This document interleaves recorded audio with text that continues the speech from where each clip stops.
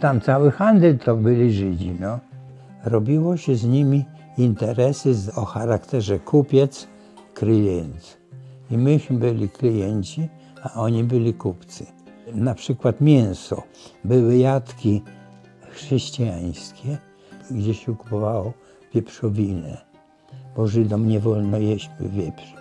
I były jatki żydowskie, gdzie się kupowało wołowinę, cielęcinę.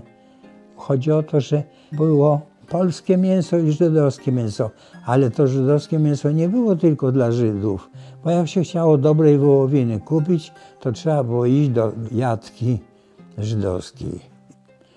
Większość tych sklepików to były sklepiki, w których rzeczy były różne.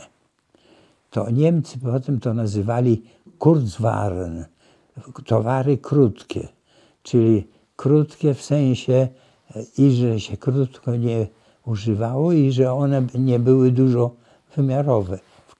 I bułkę można kupić i kosę można kupić, prawda? Mydło, widło i powidło. I jeszcze więcej, bo te żelazne rzeczy. I jeszcze więcej, bo można było kupić tam zeszyt. I jeszcze więcej, bo można było kupić świetną chałwę. Taką chałwę, której teraz nigdzie nie ma. Ja lubiłem bardzo w dzieciństwie chałwę. Chałwa nie była nawet taka droga. I ona była taka włochata, to znaczy ta chałwa, jak się ją wzięła w palce, to ona rozpadała się w takie frędzle jakby, takie włókna. No oczywiście jako dziecko to ja to idealizuję, bo ja innej chałwy wtedy nie jadłem, tylko taką, którą mieli ci Żydzi. Chodzi o to, że pewne dziedziny handlu były takie, że były po prostu żydowskie towary były lepsze. Nie były droższe, nie. Na przykład piekarze. Były piekarze polscy i byli piekarze żydowscy, ale była taka piekarnia, Kawer się nazywał, pani Kawerowa.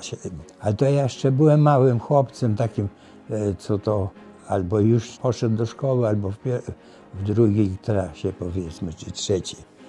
To takie bułki, jakie robiła pani Kawerowa, to nikt nie robił, po prostu.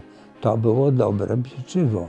Chałki żydowskie, to co teraz sprzedają jako chałuk, to jest parodia. To tak jak z bagietkami francuskimi.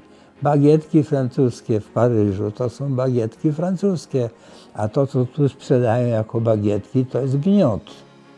I tak samo było tam, że pewne rzeczy po prostu u nich były lepsze.